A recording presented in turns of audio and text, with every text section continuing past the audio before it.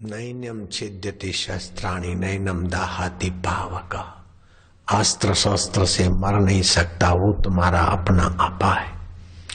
जुल्म करो मत और जुल्म सहो मत, अन्याय करो मत, अन्याय सहो मत।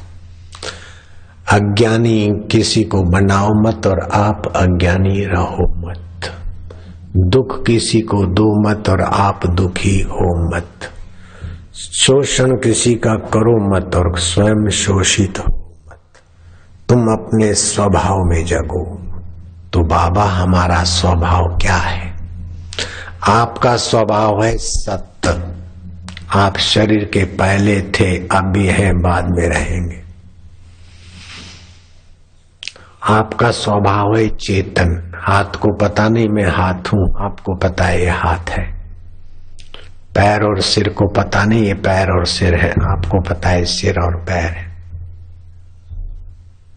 आप है चेतन, आप है सत्य और आप है आनंद। तो अब मृत्यु से डरो नहीं, मृत्यु से डराओ नहीं। जड़ बनो नहीं और जड़ बनाओ नहीं। अपना ज्ञान सूझबूझ ऊंचे शिखर पर पहुंचा और दूसरों की भी सूझबूझ बढ़ाने में लगो। आप सुखी संपन्न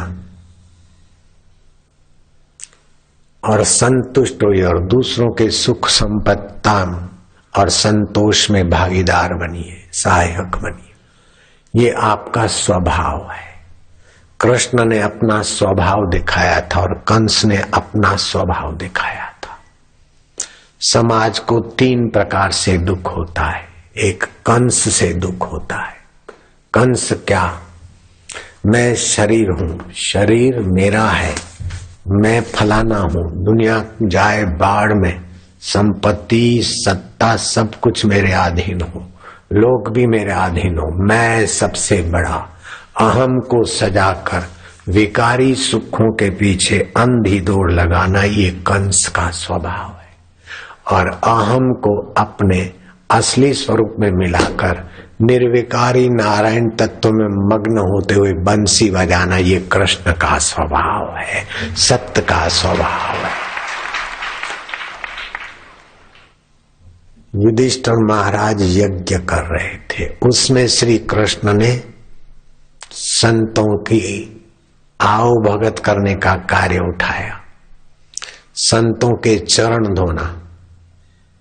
श्री कृष्ण संतों के चरण धोने की सेवा ले रहे, जूठी पत्तलें उठाने की सेवा ले रहे।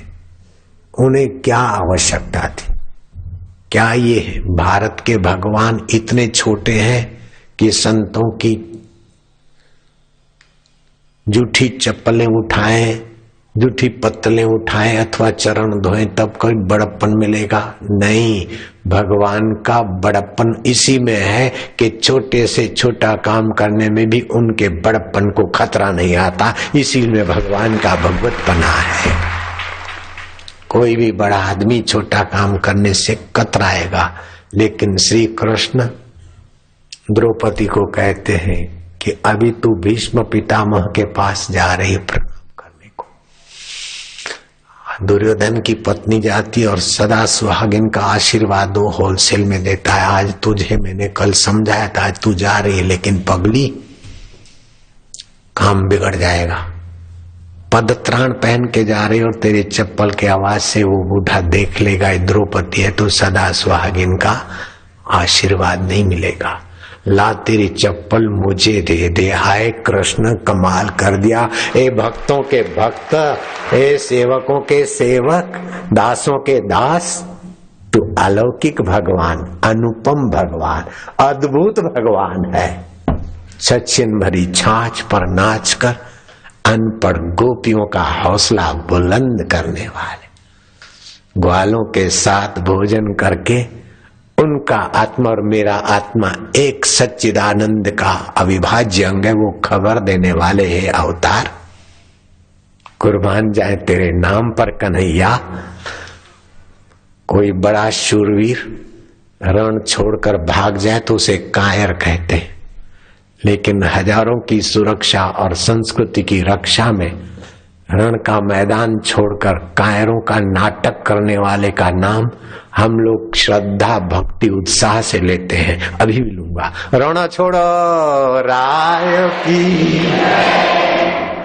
एक कैसा अद्भुत अवतार, भक्तों के लिए, संस्कृति के लिए, समाज के लिए, लोक मांगल्य के लिए।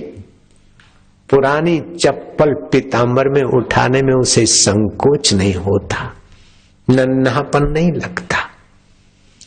अर्जुन के घोड़ों की मालिश और उनके घाव में मलम पट्टी करना और अर्जुन की घोड़ा गाड़ी घसीटना, उसे नन्हा काम नहीं लगता। इसी में तो ईश्वर का ऐश्वर्य है लाला, इसी में उनकी महानता का दर्शन हो रहा है। मुशर्रफ की कुर्सी गई तो नन्हा हो गया। श्री कृष्ण का सब कुछ जानने के बाद भी नन्हे नहीं हुए। आए है क्या बात। कुर्सी गई तो मुशर्रफ का प्रभाव नन्हा हो गया। अब नजर कैद है बेचारा मियां मुशर्रफ। लेकिन ये चीजें बाहर से जो बड़ा बनता है वो बिल्कुल अपने आप को धोखा देता है। सत्य बड़ा नहीं होता, छोटा नहीं होता।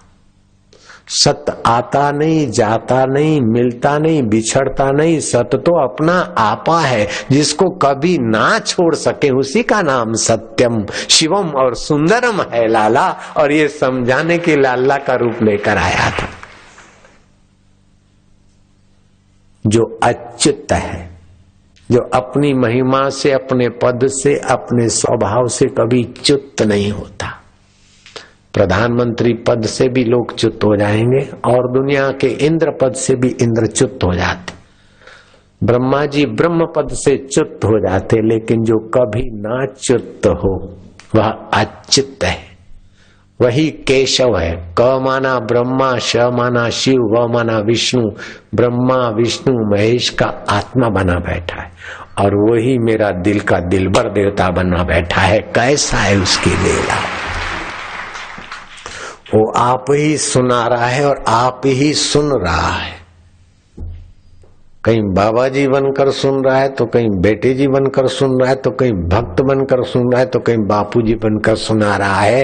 हे अच्युत कैसी लीला है। शरीर और वातावरण च्युत हो जाएगा लेकिन तू अच्युत ज्यों का त्यों। अच्युतम केशवम राम नारायण।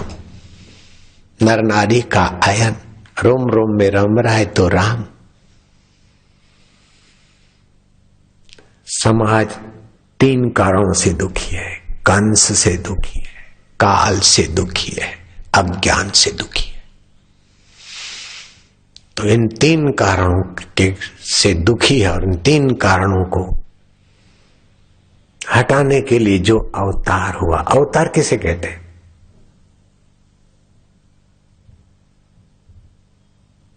अवतरति इति अवतार। राष्ट्रपति स्टेनोग्राफर के साथ जाकर बता रहा है कि पगले ऐसा नहीं ऐसा करते, क्योंकि पहले भी मैं वही था। अभी राष्ट्रपति हूं लेकिन मैं जानता हूं स्टेनोग्राफर का काम। उसके ऑफिस में जाकर बैठे सिखाए। सेठ अपना सेठपना छोड़कर लेबरों के साथ काम करने आ जाए। अवतरण हुआ, ऊपर से नीचे आए। ऊपर से नीचे आए फिर भी ऊपर पना च्युत न हो, उसी का नाम अच्युत। चचिन भरी छाछ वर्ण जरा सा मक्खन हो।